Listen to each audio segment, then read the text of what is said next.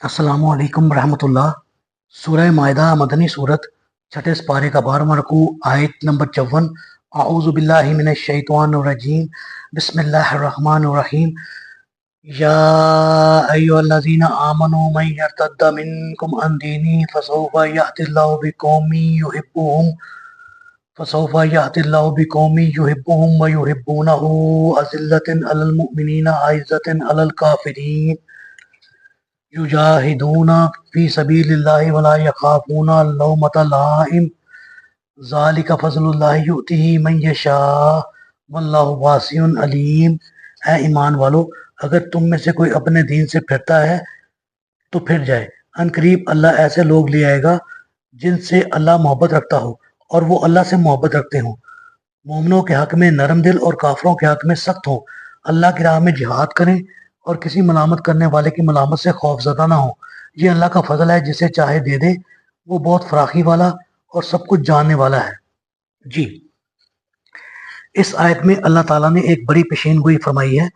जब रसूलुल्लाह सल्लल्लाहु अलैहि वसल्लम की वफात हो गई तो अक्सर कबाइल अरब ने यह समझा कि इस्लाम को जितनी कामयाबियां और कामरानियां नसीब हुई, इसका बायस सिर्फ रसूलुल्लाह सल्लल्लाहु अलैहि वसल्लम की ज़ात थी, जिन पर वही के ज़रिए हर वक्त मुसलमानों के लिए हालात के मुताबिक हिदायत नाज़िल होती रहती थी।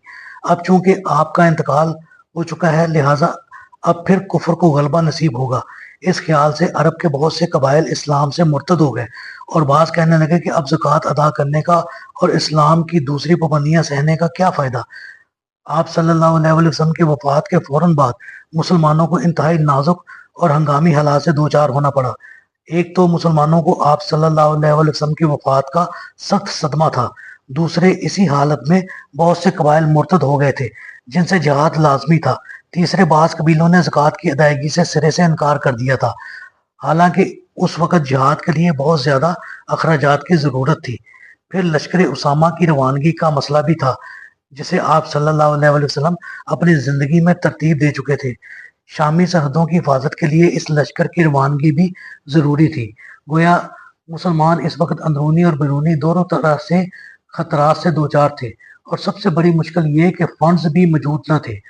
इन फितनों में सबसे बड़ा फितना था जिसका जिक्र इस आयत में हुआ है।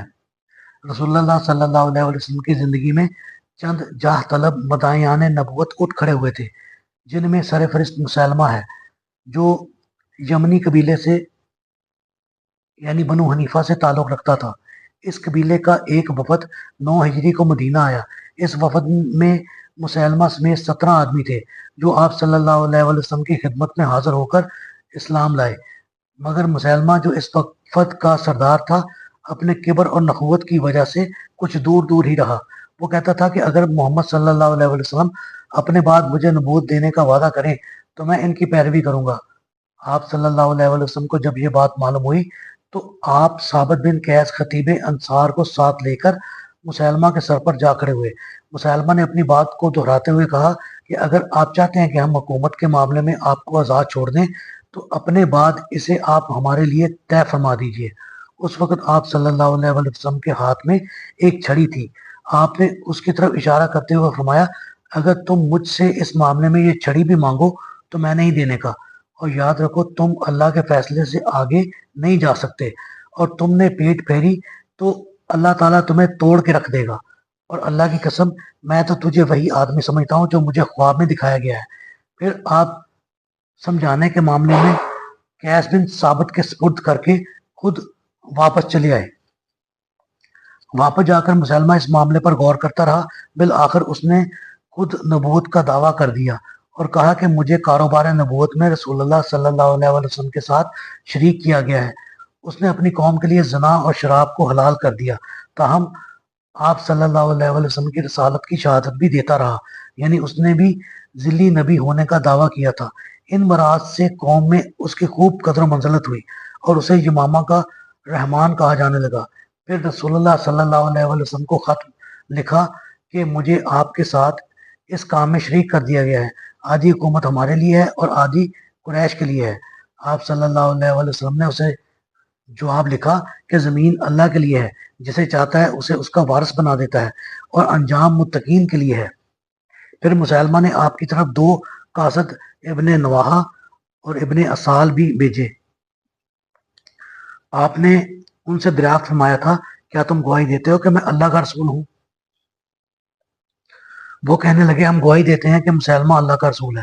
آپ نے فرمایا میں اللہ اور اس کے رسول پر ایمان لایا، اگر قاصد کو قتل کرنا جائز ہوتا تو میں تم دونوں کو قتل کر دیتا۔ یہی مسلمہ اور اس کو ماننے والوں کی سب سے پہلی مرتدین کی جماعت تھی۔ چنانچہ ربیع الاول 11 ہجری کے آغاز میں ان لوگوں پر فوج کشی کی گئی۔ بنو حنیفہ بڑے جنگجو اور دلیر لوگ تھے، وہ بڑی بے جگری سے لڑے اور بڑے گمسان کا رن پڑا۔ اگرچہ اس جنگ میں جو جنگ یمامہ کے نام سے مشہور ہوئی، مسلمانوں کے بھی بہت سے قاری شہید ہوئے اور کافی جانی نقصان ہوا، تاہم میدان مسلمانوں کے ہاتھ رہا۔ مسلمہ کذاب خود وحشی بن حرب کے ہاتھوں اپنے کیفر کردار کو پہنچ گیا۔ اللہ تعالیٰ سے دعا ہے اللہ تعالیٰ ہمیں قرآن کو پڑھنے، سمجھنے اور اس پر عمل کرنے کی توفیق عطا فرمائے، آمین۔